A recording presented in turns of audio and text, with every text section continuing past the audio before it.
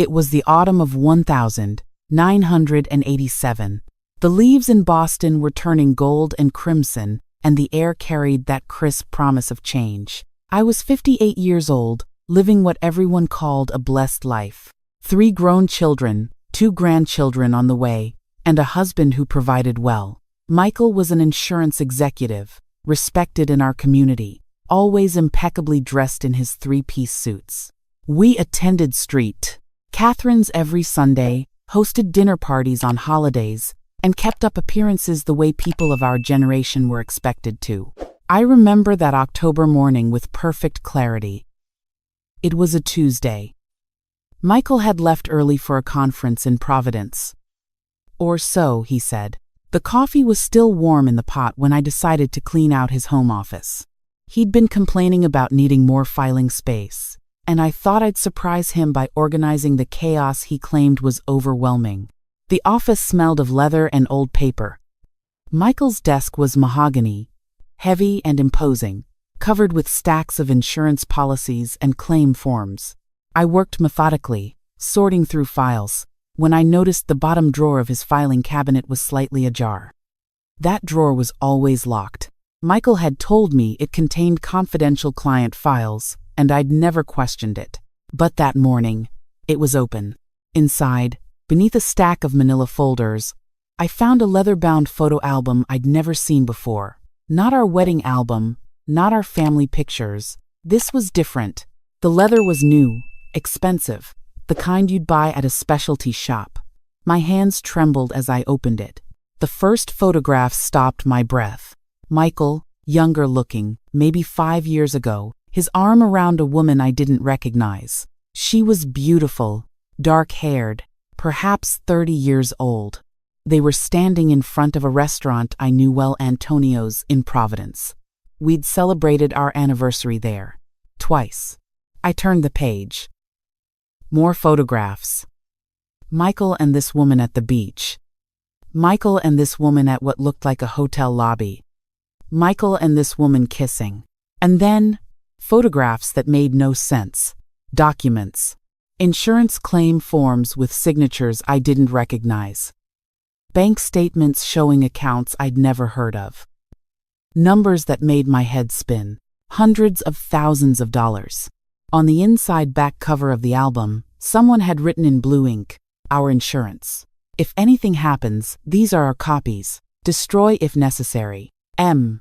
I sat on the floor of that office for what felt like hours, though the clock told me it was only 40 minutes.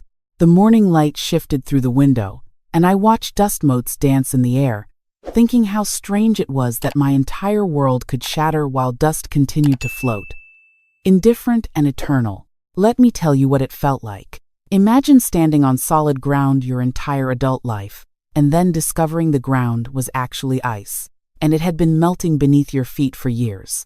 Every memory became suspect. Every business trip to Providence, every late night at the office, every tender word he'd spoken. I looked at our wedding photo on his desk, me in white, him smiling proudly, and wondered who that young woman had been, and how naive she'd been to believe that love and trust were the same thing. I should tell you about the world we lived in then. This was 1987. Women my age, we'd been raised to be supportive, to manage homes, to trust our husbands with the finances.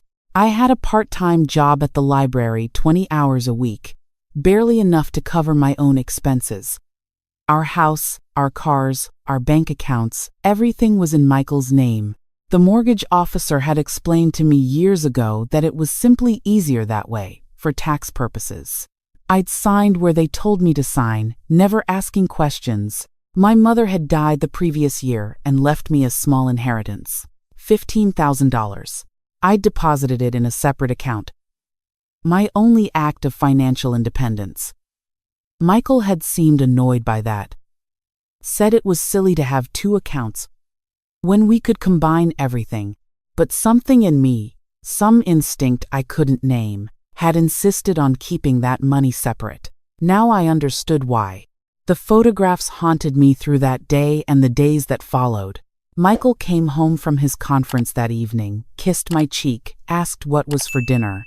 I served pot roast and mashed potatoes and watched him eat while my mind raced with questions I couldn't ask.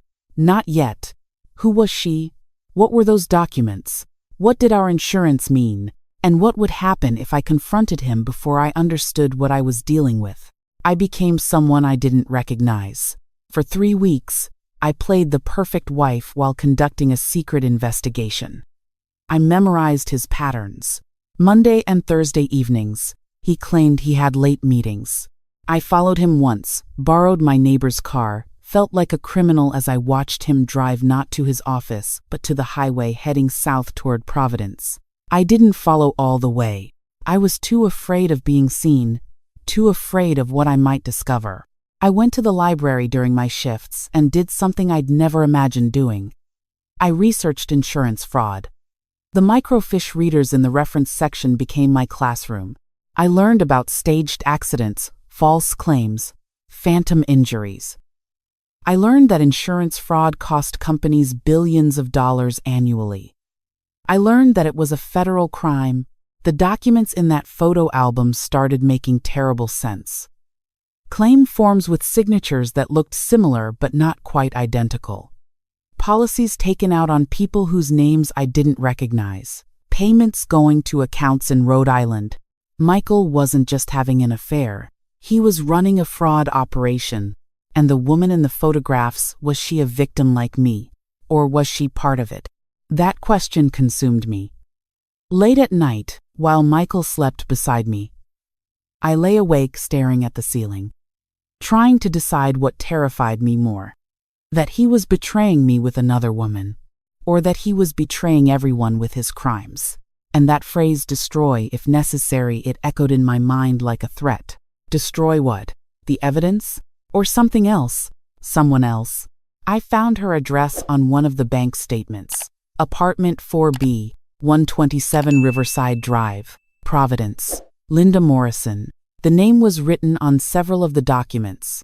I called the Providence directory assistants, pretending I was an old friend.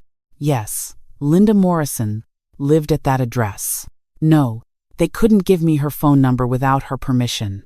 On a Thursday morning, when Michael claimed he had an early meeting, I made a decision that would change everything. I called in sick to the library, got in my car, and drove the 49 miles to Providence. The drive took me exactly 1 hour and 12 minutes. I counted every minute, using the time to rehearse what I might say. What do you say to the woman your husband is seeing? What do you say when you suspect she might know the secrets that could destroy both your lives? 127 Riverside Drive was a modest brick building near the waterfront. Not luxurious, but well-maintained. I sat in my car across the street for 20 minutes, my hands gripping the steering wheel, before I finally found the courage to walk to the entrance. There was no doorman, just a buzzer system. I pressed 4B. A woman's voice crackled through the speaker. Yes? Linda Morrison? A pause. Who is this? My name is Barbara. I'm Michael's wife. I need to talk to you. The silence stretched so long I thought she'd hung up. Then the buzzer sounded, unlocking the door. She was waiting in the hallway when I reached the 4th floor. Smaller than she'd looked in the photographs, wearing jeans and a sweater. Her dark hair pulled back in a ponytail. She looked tired. No, exhausted. Her eyes were red, as if she'd been crying. You shouldn't have come here, she said. Not hostile, just frightened. I found the album, I told her. The photographs. The documents. I need to know what's happening. Her face went pale. She looked up and down the hallway, then grabbed my arm and pulled me into her apartment. It was small, simply furnished, with boxes stacked against one wall. Moving boxes. You need to leave, she said, her voice urgent. If he finds out you came here, I'm not leaving until you tell me the truth. She sank onto her sofa, put her face in her hands. When she looked up, tears were streaming down her cheeks. I'm trying to get away from him. I've been trying for 6 months. Those documents you found, those are my copies. My insurance. Because if he knows I'm leaving, if he thinks I might talk about what? And then she told me everything. How she'd met Michael 4 years ago when she was working as a claims adjuster at a small insurance firm. How charming he'd been, how he'd told her his marriage was over, that he was only staying for the children, how he'd gradually drawn her into helping him process fraudulent claims. Small ones, at first. A fender bender that never happened. A theft claim for items that were never stolen. The money split between them. I didn't understand what I was doing, Linda said, her voice breaking. Not at first. By the time I realized the scope of it, I was already complicit. He told me if I tried to leave, if I went to the authorities, I'd go to prison too. He had my signature on documents, my handwriting on forms, evidence that would destroy me. How much? I asked. Over 3 years? At least $800,000, maybe more. He has people involved in Providence, in Worcester, even in Hartford. A whole network. Staged accidents. Phantom injuries, fake medical reports. The insurance companies pay out, he takes a cut, everyone involved gets paid. I felt sick. And the photographs? He insisted on taking them. Said they were for us. Memories of our time together. I didn't know he was keeping them with the documents. That was his insurance policy. If I ever tried to expose him, he'd show those photos to the authorities and claim I was a vengeful mistress making up lies. Who would they believe? The respected insurance executive, or the bitter woman he'd dumped? He told you he was going to dump you. She nodded.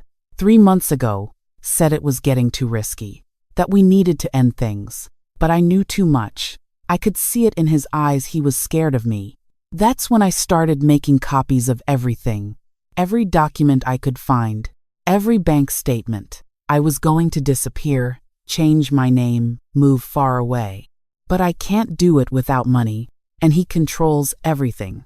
We sat in silence for a long moment. Outside, Providence went about its business. Cars honked. People walked by. The normal world continued while we sat in that apartment, 2 women whose lives had been built on lies. There's more, Linda said quietly. The album you found, that's not the only set of documents. He keeps the originals in a safety deposit box at First Federal Bank in Providence. I saw him access it once. Box 742. He doesn't know I know the number. Why are you telling me this? She looked at me with eyes that had seen too much. Because you're his wife. Because you have rights. Because maybe together we can do what neither of us could do alone. And because, she hesitated, because in one of those documents, I saw something that scared me more than anything else. What? A life insurance policy, on you, for $500,000, taken out 6 months ago. She pulled a folder from one of the moving boxes and handed me a photocopy. The beneficiary is a corporation, one of his shell companies. If something happened to you, he'd collect that money, and no one would ever connect it to him. My hands shook as I looked at the policy. My signature at the bottom. I remembered signing it. Michael had brought it home, said it was just updating our coverage, that everyone our age needed better life insurance. I'd signed without reading it. Why would I question my husband? You think he's planning to kill me? I think he's planning for every contingency. Maybe he'd never actually do it, but he's made it possible. And that terrifies me. Because if he's willing to plan for that possibility, what else is he capable of? I drove back to Boston in a daze. The fall colors that had seemed so beautiful that morning now looked like warning signals. Red and gold. Danger and caution. I thought about my children, my grandchildren, the life I'd built. I thought about the $15,000 in my separate account, my only lifeline. I thought about how quickly a life could unravel when the truth finally emerged. That night, Michael came home with flowers. Chrysanthemums, my favorite. He kissed me, told me he loved me, asked about my day at the library. I lied and said it had been quiet. We ate dinner. We watched the evening news. We went to bed.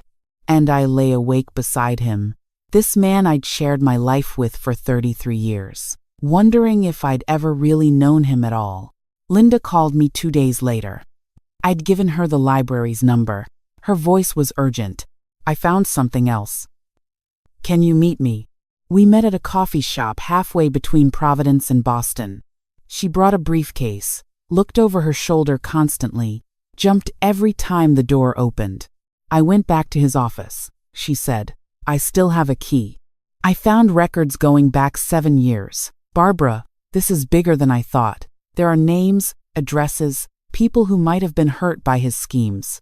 Real people who were involved in the staged accidents. Some of them might have been injured for real. And there's a ledger showing payments to someone named Victor Russo. Thousands of dollars every month. I looked him up. He has a criminal record. Assault, fraud. Michael is paying him for something. We need to go to the authorities, I said. With what? Photocopies. Documents I obtained illegally by breaking into his office. They'll arrest me. And Michael will claim I'm lying, that I stole these documents to frame him because he ended our affair. We need the originals. We need his safety deposit box. How? She leaned forward. His key is in his office. I saw where he keeps it. If we could get the original documents, take them directly to the FBI, present them as evidence before he knows they're missing. That's insane. So is doing nothing. So is waiting for him to decide we're both liabilities. I went home and looked at my husband sleeping. Thought about 33 years of marriage. Thought about the woman I'd been trusting.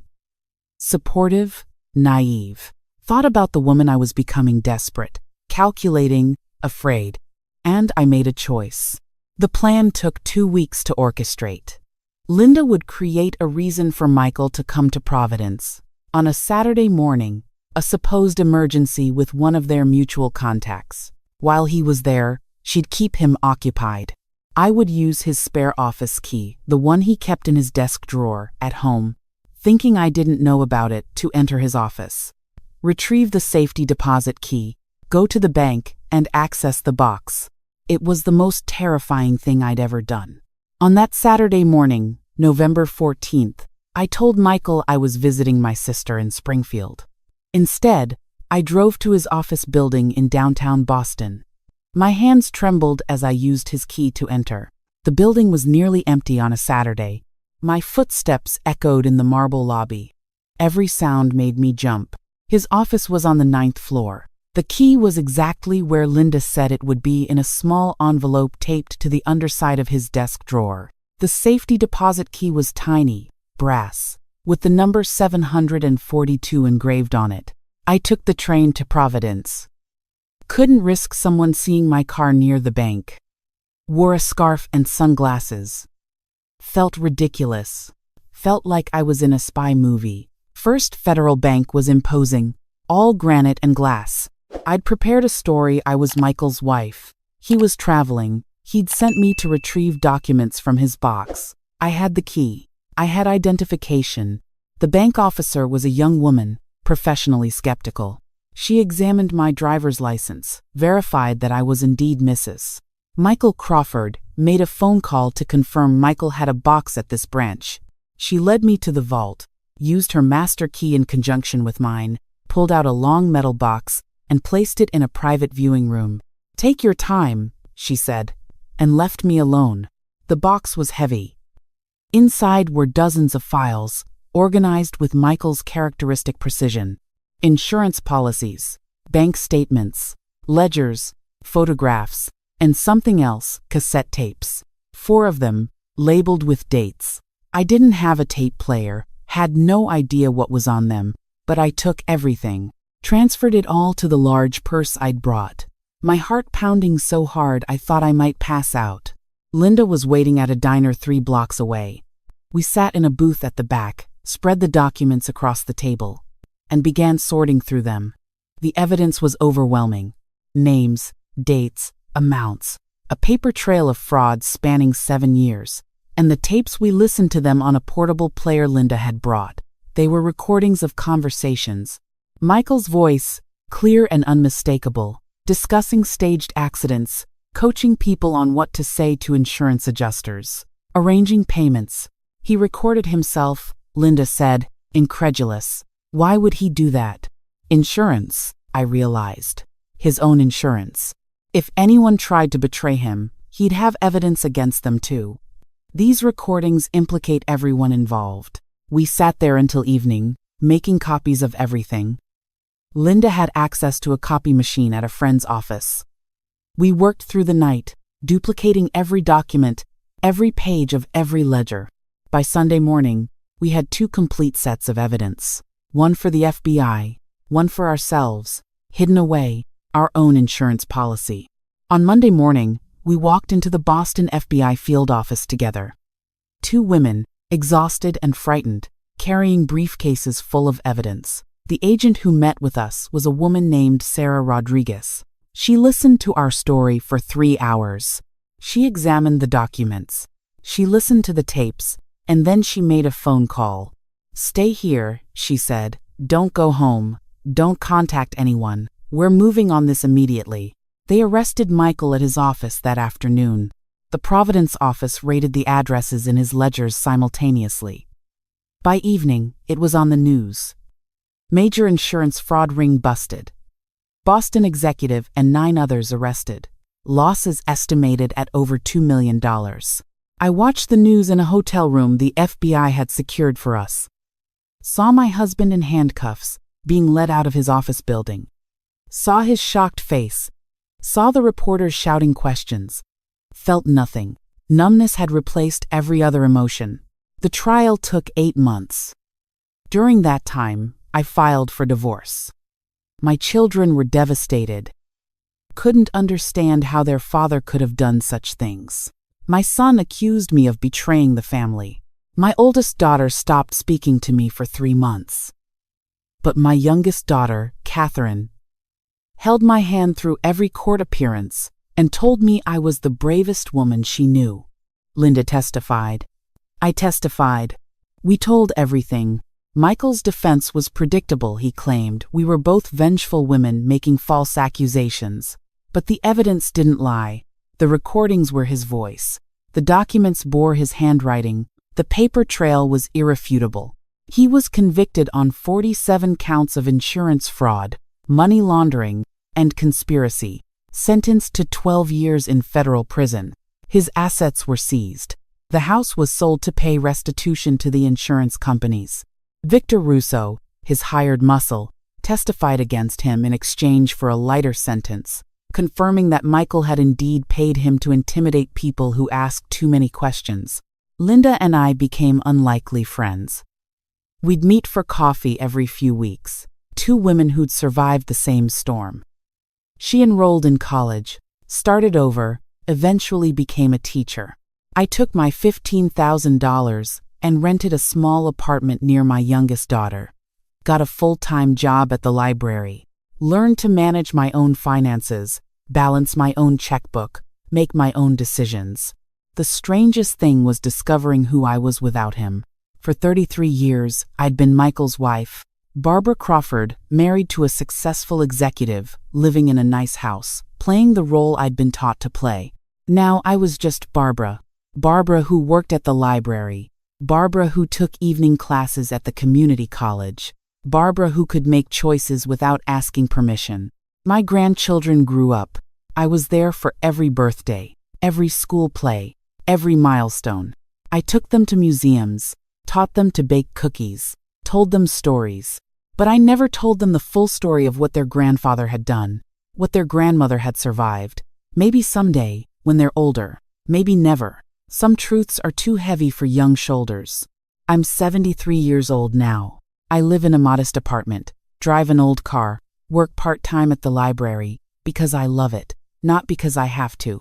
The $15,000 my mother left me, carefully invested and managed, grew into enough to give me security. Not wealth. Security. There's a difference. Linda and I still talk. She married a kind man, a high school principal, has stepchildren she adores. Sometimes we laugh about how we must have looked that day we walked into the FBI office. 2 terrified women with briefcases full of evidence, thinking we might be arrested ourselves. People ask me if I'm angry, if I hate Michael. The truth is more complicated than that. I spent 33 years loving someone who turned out to be someone else entirely. Or maybe he was always that person, and I chose not to see it. I don't know. What I do know is that discovering his betrayal, as painful as it was, also set me free. And this, my dears, is what I want you to understand. When everything you've built your life on crumbles, when the person you trusted most betrays you, when the ground beneath your feet turns out to be nothing but air, you have a choice. You can let it destroy you, or you can discover that you were stronger than you ever knew. I found that photograph album on an October morning in 1987. Within months, I'd lost my husband, my home, my social standing, and the life I'd carefully constructed. But I gained something more valuable. I gained myself, my independence, my courage, my voice. It's been 16 years since that morning. Michael was released from prison last year. I heard he moved to Florida, lives alone, works as a clerk. We've never spoken since the trial. I have nothing to say to him. But Linda and I, we speak all the time. We've told our story to women's groups, to financial literacy classes, to anyone who will listen. We talk about the signs we missed, the questions we should have asked, the independence we should have maintained. We talk about trust and verification, about loving someone while still protecting yourself, about the difference between partnership and dependence. Young women today live in a different world. They have their own bank accounts, their own careers, their own names on their mortgages. But the lesson remains the same. Trust, but verify. Love, but maintain your independence. Believe in partnership, but never surrender yourself entirely to someone else's control. That photograph album saved my life. Not because it revealed the truth, though it did, but because it forced me to become the person I'd been hiding from for 33 years. The person I'd been too afraid to be. The person who could stand up, speak out, and fight back. So if you're watching this and something doesn't feel right in your life, if there are questions you're afraid to ask, if you've been taught that trust means blind acceptance, I'm here to tell you differently. Ask the questions. Look at the bank statements. Maintain your independence. Not because you don't trust your partner, but because you trust yourself. And if you ever find that photograph album, that hidden evidence, that terrible truth, remember Linda and me. Remember that you're stronger than you think. That betrayal, as devastating as it is, can also be liberation. That the end of one life can be the beginning of another. Thank you for listening to my story. I hope you never need to use the lessons I learned. But if you do, I hope you'll remember that two women in 1987, frightened and uncertain, walked into an FBI office and took back their lives. And if we could do it then, you can do it now. If this story resonated with you, I'd love to hear your thoughts in the comments. Where are you watching from today? Have you ever discovered something that changed everything? You're not alone. None of us are alone. Until next time, take care of yourselves. And remember, trust yourself first.